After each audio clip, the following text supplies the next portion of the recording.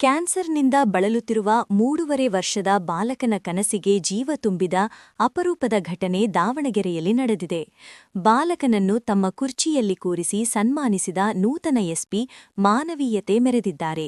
ದಾವಣಗೆರೆ ಜಿಲ್ಲಾ ಪೊಲೀಸ್ ಕಚೇರಿ ಇಂದು ಅಪರೂಪದ ಮಾನವೀಯ ಕ್ಷಣಕ್ಕೆ ಸಾಕ್ಷಿಯಾಯಿತು.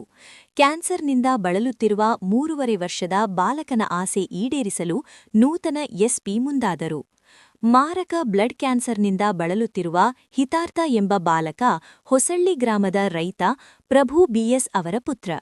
ಕಳೆದ 1 ವರ್ಷದಿಂದ ಖಾಸಗಿ ಆಸ್ಪತ್ರೆಯಲ್ಲಿ ಚಿಕಿತ್ಸೆ ಪಡೆಯುತ್ತಿರುವ ಈ ಮಗು ಬದುಕಿನ ಕಠಿಣ ಹೋರಾಟ ನಡೆಸುತ್ತಿದೆ. ತಂದೆ ಪ್ರಭು ಬಾಲ್ಯದಲ್ಲಿ ಪೊಲೀಸ್ ಅಧಿಕಾರಿ ಆಗಬೇಕೆಂದು ಕನಸು ಕಂಡಿದ್ದರೂ ಅದು ಈಡೇರಲಿಲ್ಲ. ನಂತರ ತನ್ನ ಮಗನಾದರೂ ಪೊಲೀಸ್ ಆಫೀಸರ್ ಆಗಬೇಕು ಎಂದು ಕನಸು ಕಂಡಿದ್ದರು. ಆದರೆ ಮಗುವಿಗೆ ಕ್ಯಾನ್ಸರ್ ಪತ್ತೆಯಾದ ನಂತರ ಕುಟುಂಬ ಸಂಕಷ್ಟಕ್ಕೆ ಸಿಲುಕಿತ್ತು. ಇತ್ತೀಚೆಗೆ ಅಧಿಕಾರ ಸ್ವೀಕರಿಸಿದ ಶೇಖರ್ ಹೆಚ್ಟಿ ಅವರಿಗೆ ಕರೆ ಮಾಡಿ ತನ್ನ ಆಸೆಯನ್ನು ತಂದೆ ತಿಳಿಸಿದ್ದರು. ತಕ್ಷಣ ಸ್ಪಂದಿಸಿದ ಎಸ್ಪಿ ತಂದೆ ಮಗನನ್ನು ಕಚೇರಿಗೆ ಆಹ್ವಾನಿಸಿದರು. ಕಚೇರಿಗೆ ಬಂದ ಬಾಲಕನನ್ನು ತಮ್ಮ ಕುರ್ಚಿಯಲ್ಲಿ ಕೂರಿಸಿ ಪೊಲೀಸ್ ಅಧಿಕಾರಿಯಂತೆ ಸನ್ಮಾನಿಸಿದರು.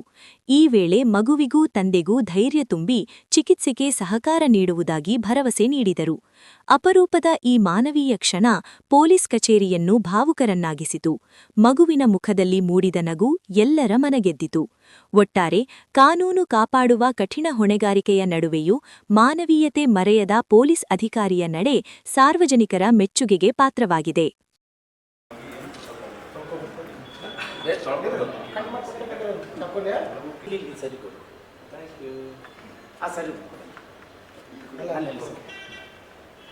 ಇದನ್ನು ಕಟ್ ಮಾಡಿಕೊಡೋಣ ಚಾಕೋಲಿ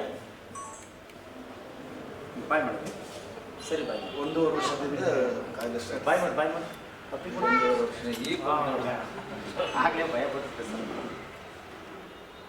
ಪ್ರೀತಿ ಕೆಲವು ತಂದೆ ತಾಯಿಗಳು ಎದುರುಬಿಟ್ಟಿದ್ದಾರೆ ಸರ್.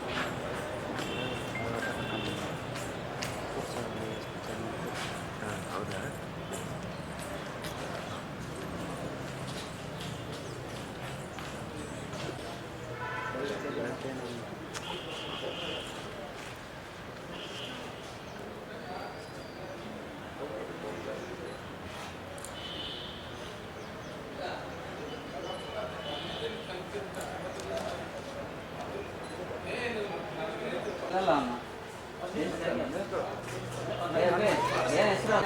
ನೋಡಿ